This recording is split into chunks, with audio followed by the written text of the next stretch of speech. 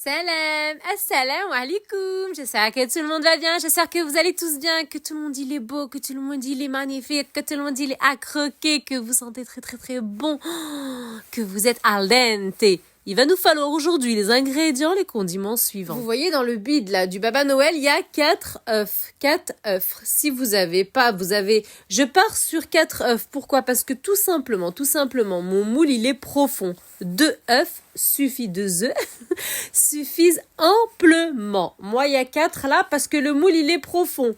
4 œufs. J'aime bien travailler dans ce bol. Ça évite les éclaboussures. 4 œufs. Il va nous falloir également la moitié d'un verre de sucre semoule. On va aromatiser du peps, rendre notre cake sponge cake avec un sachet de flan vanille. Je suis partie sur l'arôme vanille. Vous pouvez prendre l'arôme que vous souhaitez. Ça a vraiment peu d'importance. C'est une question de goût simplement. Ça va pas changer le cake en lui-même. Vous allez juste lui donner le goût que vous souhaitez. La recette est simple, la recette est facile. Elle est muy al dente. Le sachet, il est complètement à l'intérieur du bol. On va venir simplement y ajouter encore plus d'arôme avec un sachet de sucre vanillé. Si vous l'avez pas en sachet, en liquide. Voilà. Et si vous n'avez pas, c'est pas grave, on fait avec, on fait sans. Excusez-moi, on fait sans. C'est toujours mieux d'aromatiser, mais s'il n'y a pas à la maison, il n'y a pas. Hein. Je viens récupérer le batteur électrique dans un premier temps. On va y aller doucement, pour donner un peu d'air à l'intérieur de notre bol, pour faciliter l'adhérence et pour faire gonfler un peu chouïa ces œufs. On va battre entre 5, 7, 8 minutes grand maximum. On va venir y incorporer l'équivalent de la moitié du premier verre utilisé au départ d'huile de tournesol. Et on va touiller. Et on va mélanger. On va battre tout simplement 2 petites minutes, l'histoire de faire adhérer tout ça. Qu'on puisse aller sur une préparation bien homogène, bien fluide, pas trop non plus, et pas trop épaisse. Je mélange, c'est oui, al dente. Le cake, il est délicieux. Le cake, il est... Oh, vous pouvez le garnir comme vous souhaitez. L'intérieur, il est juste et simplement sublime.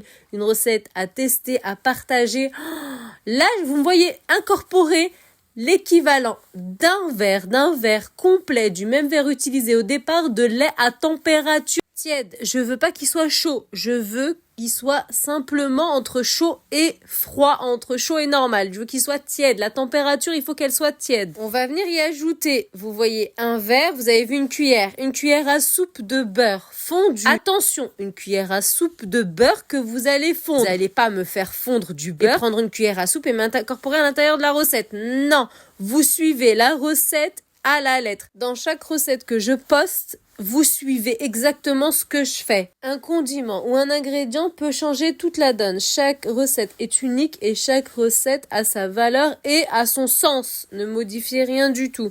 C'est pour ça qu'on appelle ça une recette d'ailleurs. Au niveau des condiments solides, simplement 2 verres du même verre utilisés au départ de farine préalablement bien tamisée et 2 sachets respectifs de levure chimique pâtissière Alza. 11, vous avez eu Baba. Alsa, c'est tip top. Un moule préalablement bien beurré et légèrement fariné. On le farine légèrement, pas trop non plus. Et on y incorpore, on lève les mains en haut. Et on verse la préparation afin de faire rentrer un peu d'air.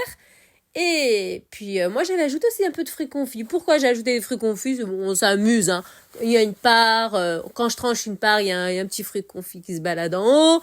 Je tranche une deuxième part, il y en a pas. Je tranche une troisième part, il y en a 2 ou 3 qui se baladent en haut. Je tranche une quatrième part, il y en a pas. On s'amuse, on est en cuisine, en pâtisserie, on est passionné. Moi, pour ma part, je suis passionnée.